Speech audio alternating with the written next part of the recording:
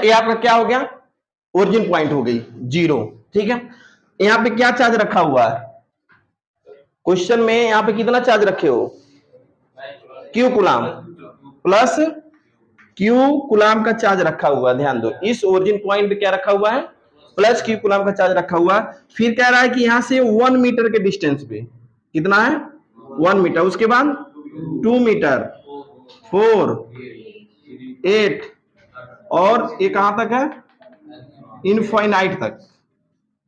यही क्वेश्चन है ना, कह रहा है कि अब यहाँ पे इस चार्ज की वजह से यहाँ पे टोटल ये सब रखा हुआ है। कह रहा है कि टोटल इलेक्ट्रिक फील्ड क्या होगी, टोटल इलेक्ट्रिक फील्ड, पहला फर्स्ट पॉइंट, इसके वजह से टोटल इलेक्ट्रिक फील्ड क्या होगी। अब यहाँ पे एक चीज बताओ, ये पॉइंट चार्ज है, 1 मीटर के डिस्टेंस पर इलेक्ट्रिक फील्ड निकालो तो E1 इक्वल टू क्या लिखोगे आप, 1/4 पाई एप्सिलॉन नॉट Q अपान 1 का स्क्वायर, ये लिखोगे। इसके वजह से इस पे क्या लिखोगे, E2 equal to 1/4 pi epsilon not Q upon 2 का, इसी तरीके से E3 equal to 1/4 pi epsilon Q upon 4 का स्क्वायर, 1 to 4 है। ठीक है, ये तो अलग अलग लिख लोगे ना आप, क्योंकि यहाँ से ये डिस्टेंस 1 है, ये 2 है, 3 4 5 करके जो भी दिया डिस्टेंस। अब यहाँ पे एक चीज देखो, ये प्लस चार्ज है, प्लस चार्ज की वजह से इस पे अगर निकालते हो तो इसकी डायरेक्शन किधर होगी, बाहर की तरफ, इस पे सब तरफ बाहर की तरफ होगी, क्योंकि प्लस चार्ज, तो सबका डायरेक्शन एक ही तरफ हुआ ना। तो जब नेट फोर्स, यानी यहाँ पे आप डायरेक्ट लिख सकते हो E नेट, यही आपको find, E net equal to क्या लिखोगे बताओ, E1 plus E2 plus E infinite तक, सबको क्या करोगे आप, ऐड कर दोगे। ठीक है, इसी तरीके से जब E नेट आप वैल्यू रखोगे तो सब जगह देखो 1/4 pi epsilon not Q common हो रहा है हर पॉइंट्स में, तो यहाँ पे क्या लिख सकते हो, Q/4 pi epsilon not common हो गया, और यहाँ क्या बच गया बताओ, 1 पे 1 का स्क्वायर प्लस 1 पे 2 का स्क्वायर प्लस 1 पे 4 का स्क्वायर प्लस 1 पे 8 का स्क्वायर प्लस 1 पे इनफाइनाइट का स्क्वायर, हो गया ना। या E net equal to Q/4 pi epsilon not common हो गया, यहाँ क्या बच गया, अरे 1 का 1 हो जाएगा, प्लस यहाँ पे क्या लिखोगे 1/4 प्लस 1/, ये तो आसान क्वेश्चन था, इसको आप कर सकते थे और किए भी हो, कुछ लोग किए भी हैं। ठीक है, अब ये तो पता हो गया, लेकिन अब इसको कैसे ऐड करोगे, तो इसको हम देखते हैं कौन सा सीरीज है। बायोगोले के लिए बताए थे, कुछ फार्मूले आपको रट लेना है, और उसको हम नोट करा दिए थे शुरू में ही। तो एक चीज बताओ, एक किस क्रम में है, किस सीरीज में है, जीपी में। जीपी में कैसे होता है, पहले में इसका डिवाइड करोगे तो 1/4 आएगा, फिर 1/16 में 1/4 का करोगे तो 1/4 आएगा, फिर 1/60 में 64 में 1/16 करोगे तो कितना आएगा, देख लो। अरे इसका इसमें करोगे क्या होगा, 1/4, इसका इसमें करोगे तो 1/16 इंटू 1/4, तो 4 ऊपर चला जाएगा तो 1/4 आएगा। इसमें यानी सबका डिफरेंस जो आ रहा है वो कितना आ रहा है, 1/4, तो उसको हम कहते हैं कि वो जीपी में है। डिवाइड करने पर ध्यान देना, डिफरेंट किसमें आना चाहिए, डिवाइड करने पर अगर डिफरेंट सेम आ रहा है तो उसको हम कहते हैं कि वो ज्योमेट्रिकल प्रोग्रेस में है। किसमें, ज्योमेट्रिकल प्रोग्रेस जीपी में। और उसके लिए जब इनफाइनाइट तक का दिया हो तो एक आप पढ़े थे, हाँ क्या होता है, A/1 माइनस R, ये फार्मूला होता है, S इक्वल टू A/, जिसमें A क्या है, फर्स्ट टर्म,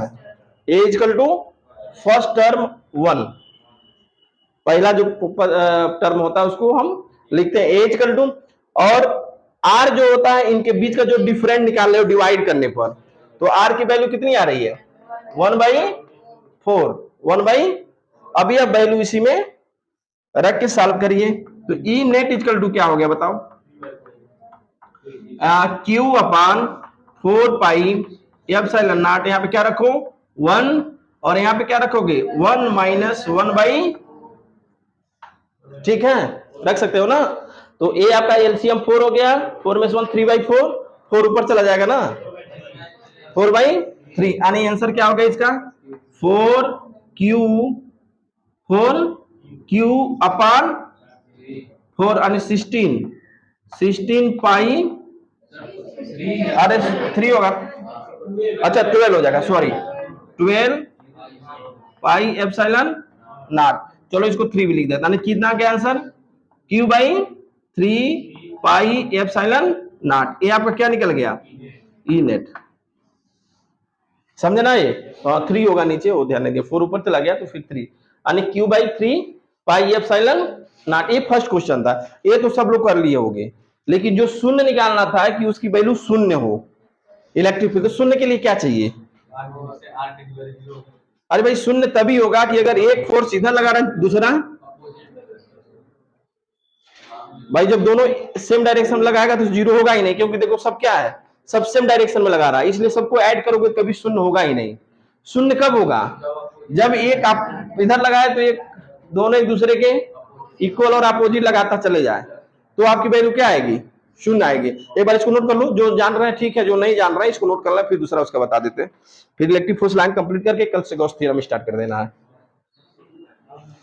क्वेश्चन को नोट कर लेना। अब यहाँ पे देखिए कह रहा है कि इस पे इलेक्ट्रिक, दूसरा क्वेश्चन उसी में ऐड किए थे कि इस पॉइंट पे इलेक्ट्रिक फील्ड शून्य कब होगा। तो इलेक्ट्रिक फील्ड शून्य होने के लिए क्या चाहिए? एक पॉजिटिव हो तो एक पॉजिटिव एक निगेटिव, यानी एक अगर बाहर की तरफ डायरेक्शन हो तो दूसरा, तभी तो होगा। अरे भाई शून्य होने के लिए E1 माइनस E2 करोगे तभी तो होगा शून्य, ऐड करोगे कभी शून्य नहीं होगा, बात नहीं करो, ठीक है? तो इसके लिए क्या करते हैं आप, क्या करो, इसका वैल्यू आपकी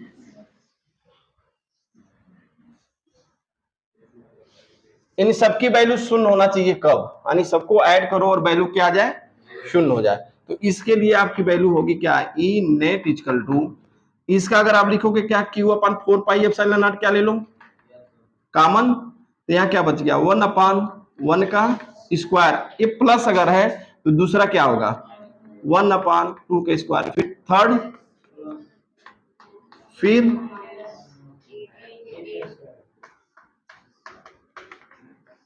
ठीक है, तभी तो होगा शून्य। भाई एक में से माइनस करोगे दूसरे को तभी शून्य होगा, बाकी अगर सबको ऐड करते जाओगे तो कभी शून्य होगा ही नहीं। शून्य होने के लिए अगर एक का डायरेक्शन इधर है तो दूसरे का डायरेक्शन इधर होना चाहिए। अभी इलेक्ट्रिक फोर्स लाइन में बताएंगे कहाँ पे क्या कैसे शून्य होता है, ठीक है? तो इसलिए जब इसका डायरेक्शन इधर है और इसका डायरेक्शन इधर हो रहा है तो दोनों एक दूसरे को माइनस करोगे तो उस कंडीशन में क्या होगा, ई नेट इक्वल टू 0 निकालना है, Q upon 4 pi epsilon nought, ये क्या हो गया 1 minus 1/4 plus 1/16 minus 1/64 plus minus 1/इनफाइनाइट। अब बता दो, मैथ्स वाले बताओ, वो लाग वाला कैसे फॉलो करोगे इसमें? अरे सिंपल सा चीज है, डिफरेंट तो वही आ रहा है, डिफरेंट हमेशा -1/4 आएगा। डिफरेंट हमेशा क्या आएगा उसमें? अरे भाई -1/4 में 1 का डिवाइड करोगे तो -1/4 ही आएगा, 1/16 1/4 से 1/16 में डिवाइड करोगे तो -1/4 ही आएगा, इसका इसमें डिवाइड करोगे तो -1 यानी जो आर डिफरेंस जो उसकी वैल्यू क्या होगी 1/4 होगी, क्यों? और ए की वैल्यू 1 ही होगी। अब इसको सॉल्व कर दो उसी तरीके से, 4 बाई यानी ए अपान 1 माइनस आर फार्मूला है, तो ए की वैल्यू 1 और यहां पे क्या रखोगे 1 माइनस -1/4, बस। क्योंकि आर की वैल्यू क्या रखोगे, ए बात नहीं करो यार, जब सब जान रहे थे सॉल्व करके लाना चाहिए, फिर लाना चाहिए था ना, फिर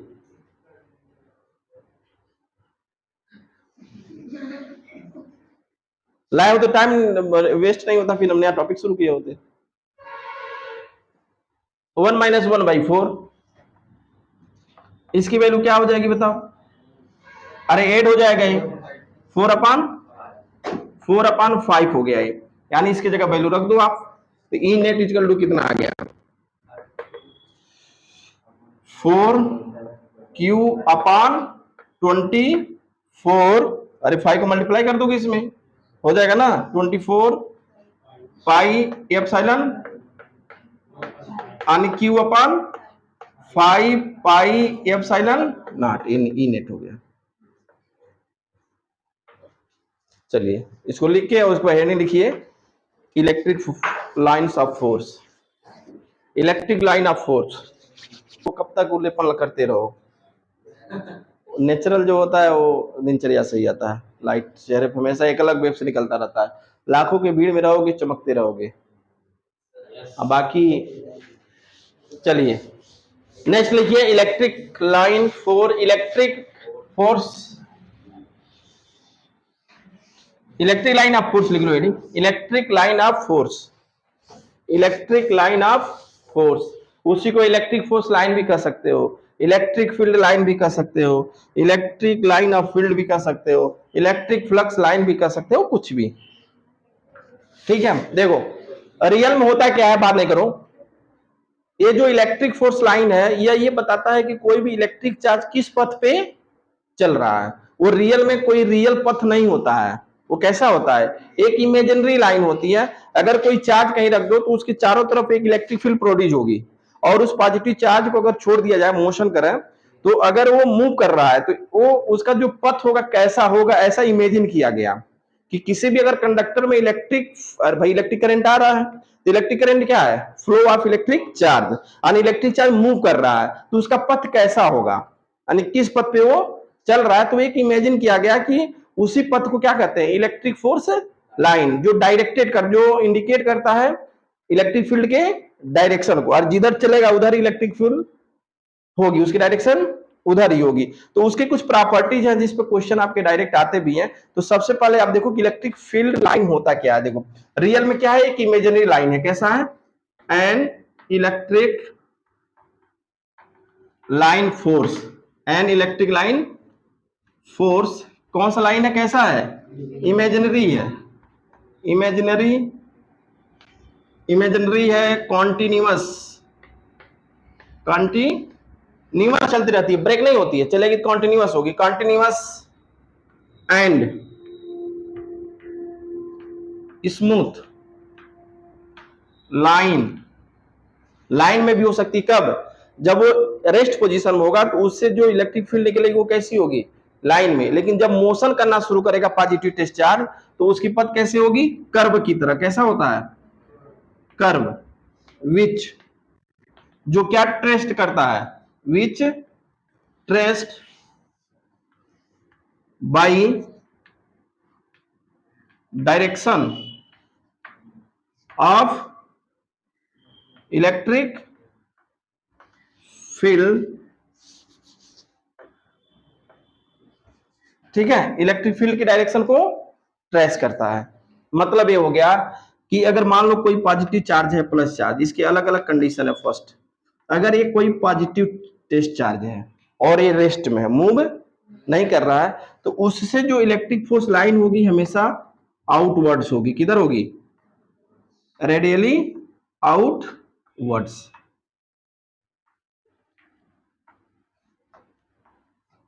ठीक है, इसके पहले आप नोट्स दूसरे तरीके लिखे थे, इसीलिए मैं जितनी बार पढ़ोगे उतनी अलग अलग है ना, पहली बार नोट से मिला लो, अंतर होगा। ये पहला हो गया, क्या हो गया, ए रेडियली कंटिन्यूअस होता है, और ये क्या हो गया, आउटवर्ड्स होता है पॉजिटिव चार्ज से। लेकिन अगर वही निगेटिव चार्ज से ले लो, ये रेस्ट पोजीशन में तो क्या हो गया, यहाँ इनवर्ड होगा, रेडियली इनवर्ड।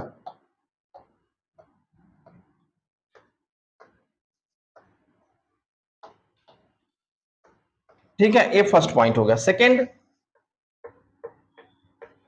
अगर मान लो कि कोई ऐसे कर्व अभी बताया हूं, अगर ये तो रेस्ट पोजीशन में हो गया, रेस्ट में होगा तो दो कंडीशन होगी, प्लस चार्ज की वजह से हमेशा इलेक्ट्रिक फील्ड की डायरेक्शन, ये इलेक्ट्रिक फील्ड की डायरेक्शन बता रहा है, यही फोर्स है, इलेक्ट्रिक फोर्स लाइन है, ध्यान देना, ये किसमें है, रेस्ट में है। जब रेस्ट में होगा तो हमेशा कैसा होगा, स्टेट होगा। अभी और भी जगह आएंगे स्टेट कहां, और ये स्टेट बताता है कि इसके चारों तरफ यूनिफॉर्मली इलेक्ट्रिक फील्ड है। ठीक है, तो ये आपका इलेक्ट्रिक फील्ड की डायरेक्शन भी बता रहा है, इलेक्ट्रिक फील्ड की डायरेक्शन भी बता रहा है। सेकेंड, अगर मान लो कि अगर मूव कर रहा है पॉजिटिव चार्ज किसी इलेक्ट्रिक फील्ड में, तो उसका पथ हमेशा कैसा बनता है, कर्व की तरह। और इसमें हमको बताना है कि इलेक्ट्रिक फील्ड की डायरेक्शन क्या है, तो कहीं पे भी क्या करोगे, एक टेंजेंशियल लाइन ड्रा करोगे, देखो यही होगा ना। अच्छा अगर मान लो यहाँ बताना है तो यहाँ पे क्या करोगे, ऐसे ड्रा करोगे। अगर यहाँ बताना है तो ये सब क्या बता रहा है, देखो ये मान लो पॉइंट पी हो गया, तो यहाँ पे क्या हो गया, मान लो ईपी हो गया। ये मान लो क्यू हो गया, तो ये क्या बता रहा है, ई क्यू बता रहा है। यहाँ मान लो आर हो गया, तो ये क्या बता रहा है। इसका मतलब ये है कि अगर कर्व लाइन है और उसमें हमको बताना है कि इलेक्ट्रिक फील्ड की डायरेक्शन किधर है, तो उसके लिए क्या करोगे, टेंजेंशियल लाइन। यानी सेकेंड हो गया क्या, टेंजेंशियल लाइन शो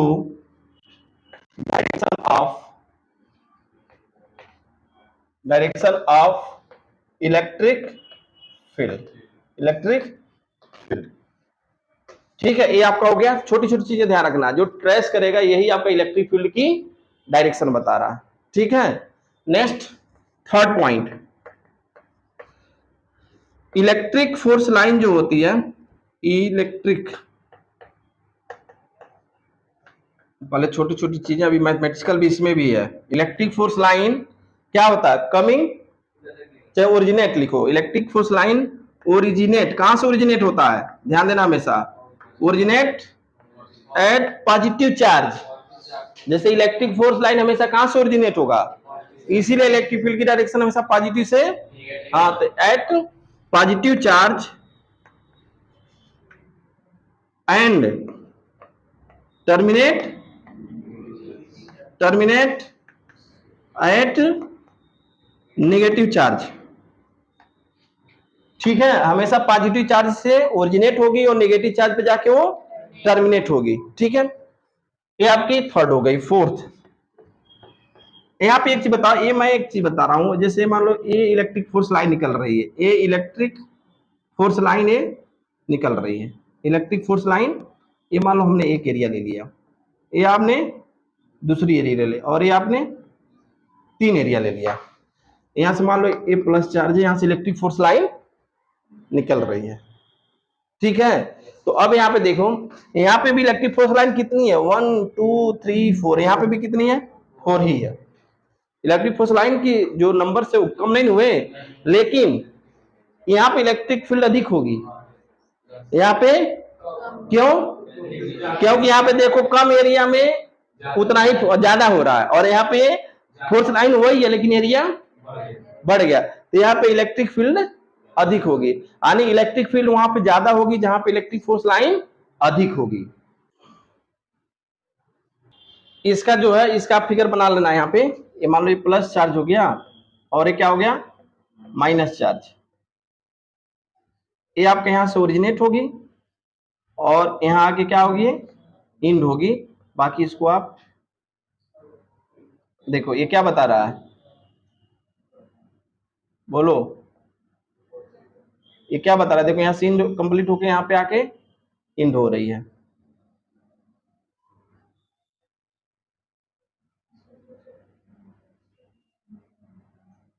इसमें आप लिखेंगे, जहां लिखे हो electric curve, electric force line originate and positive charge and terminate, तो ये आपका इसका हो गया।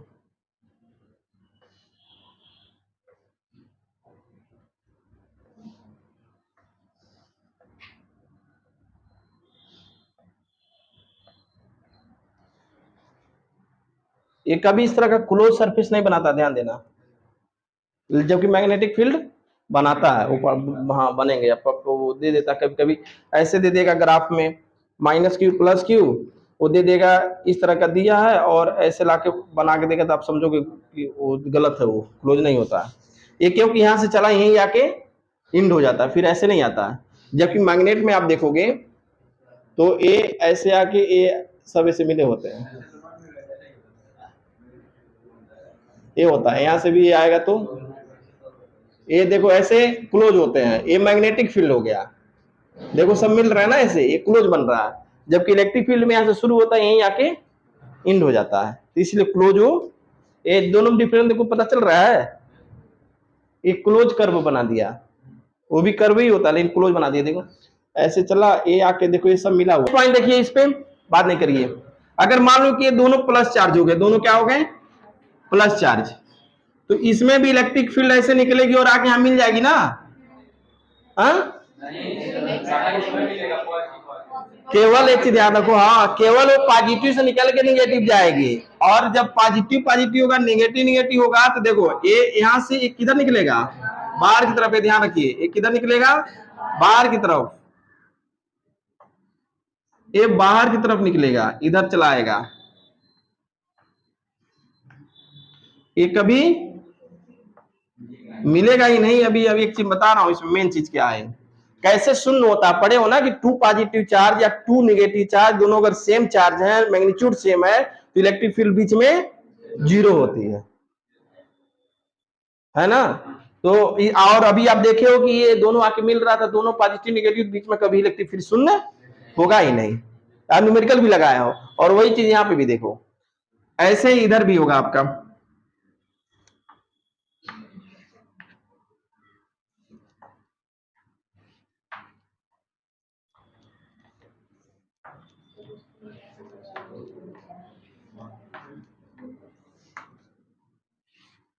ए पॉइंट देख लो, ए पॉइंट मान लो एन, ये पॉइंट क्या ले लिया जाए। अब देखो यहाँ पे ये नहीं इधर आ रहा है, नहीं यहां से दोनों एक दूसरे से अलग है, इसका मतलब है कि यहाँ पे इलेक्ट्रिक फील्ड नहीं है। इसको अगर हम ऐसे बना दें, ये मान लो पॉइंट चार्ज Q हो गया, Q1, और ये क्या हो गया Q2, और अब मान लेते हैं मिड पॉइंट, कोई पॉइंट से मिड नहीं है, मान लो ये डिस्टेंस कितना हो R1, और ये क्या हो R2, तो इसके वजह से यहाँ इलेक्ट्रिक फील्ड होगा क्या, 1/4πε0 Q1/R1²। शून्य होने के लिए क्या चाहिए, इसके वजह से भी इलेक्ट्रिक फील्ड जो निकले वो बराबर होना चाहिए, इक्वल होना चाहिए, Q2/R2²। ये क्या हो गया, सॉरी ये क्या हो गया, कैंसिल, तो यहाँ बचा क्या बताओ, Q1/R1² Q2, अगर Q1 दोनों सेम हो, दोनों क्या हो जाए, पहला कंडीशन। अब इसमें पहला कंडीशन हो गया, if Q1 and equal to Q2 equal to क्या हो जाए Q, तो जब Q कर दोगे तो क्या हो जाएगा, R1² इक्वल टू R2², यानी R1 इक्वल टू, इसका मतलब देखो यहाँ पे नहीं समझेगा, ये मान लो Q1 चार्ज जैसे रखे हो, प्लस Q1 चार्ज, और ये क्या है प्लस Q2 चार्ज, यहां से यह डिस्टेंस क्या ले लो R1, यहां से यह डिस्टेंस क्या ले लो, तो इसके वजह से यहाँ इलेक्ट्रिक फील्ड होगी, क्या लिखे होगा 1/4πε0 Q1/R1², इसके वजह से इलेक्ट्रिक फील्ड किधर होगी, बाहर की तरफ, और इसके वजह से क्योंकि प्लस चार्ज है, ये डायरेक्शन बना लेते हो ना, तो इसके वजह से ये होगा, और इसके वजह से ये होगा, ये कैंसिल होगा, क्या बचा Q1/R1² और Q2, तो Q1 Q2 दोनों अलग है, तो एक कंडीशन मान लो आ गया। अभी बता, अगर मान लो कि ये भी Q हो जाए और ये भी Q हो जाए, ये कुलाम ये भी है, एक कुलाम, तो ये आपस में क्या हो जाएंगे, तो R1 इक्वल टू, इसका मतलब जितना डिस्टेंस ये होगा उतना ही डिस्टेंस, और ये क्या हो गया मिड पॉइंट, क्या हो गया, इसका यही मत, इसके पहले यही आप पढ़े हो कि अगर दो पॉजिटिव चार्ज हो या दो निगेटिव चार्ज है और दोनों चार्ज की वैल्यू मैग्नीट्यूड में सेम है, तो इलेक्ट्रिक फील्ड हमेशा मिड पॉइंट में होगा। मतलब अगर ये डिस्टेंस R है, तो ये डिस्टेंस कितना होगा R बाई, और ये भी क्या होगा, समझ रहे हो ना, तो ये चीज यहीं से आया है, तो प्रैक्टिकली यहाँ हो गया। अब बाकी अगर Q1 Q2 अलग अलग हैं, तो क्या करोगे बताओ, ये Q1 Q2 अलग है, तो इसका रेशियो हो जाता है क्या, if Q1 is not equal to Q2, तो क्या होगा बताओ, Q1/Q2 इक्वल टू R1/R2 का ये रिलेशन होता है, देखो इस पे क्वेश्चन पूछ देता है, Q1/Q2 इक्वल टू R1/R2, इस कंडीशन में आपका शून्य होगा। नहीं समझे, समझ गए, नोट कर लो, इसको बना लो। नेक्स्ट है आपका कौन सा पॉइंट, फोर्थ, फिफ्थ, जो भी हो, फिफ्थ पॉइंट हो या फोर्थ हो, आप लिख लो अपने हिसाब से।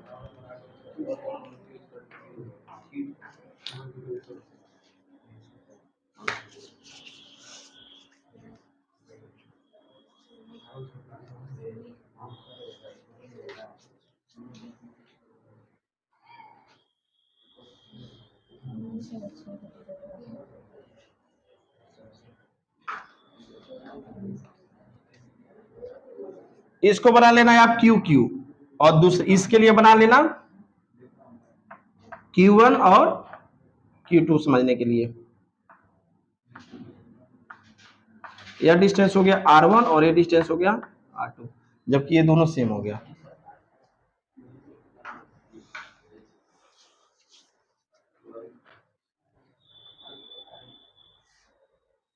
इसको मिटा देते, चलो कोई बात नहीं, इसको मिटा देते हैं।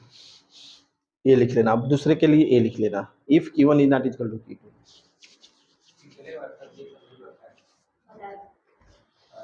नहीं, ये फार्मूला जो बताए थे, ये वाला बताए थे, ये वाला नहीं, हाँ ये वाला नहीं बताए थे। वो तो अब कल फिर इसको पढ़ोगे तो जरूर 2-4 पॉइंट दूसरा कुछ आ जाएगा। लेकिन मिला जुला के ओवरऑल ऐसा नहीं है कि कोई क्वेश्चन से आप आए तो छूट जाए, उतना वो पॉइंट तो हमेशा बता देते हैं जो इंपॉर्टेंट होती है। और ये वाला जो है ये इसलिए क्योंकि उस समय आप अगर ये नहीं बताते तो भी आप समझ जाते, क्योंकि पढ़ चुके हैं उसके बारे में।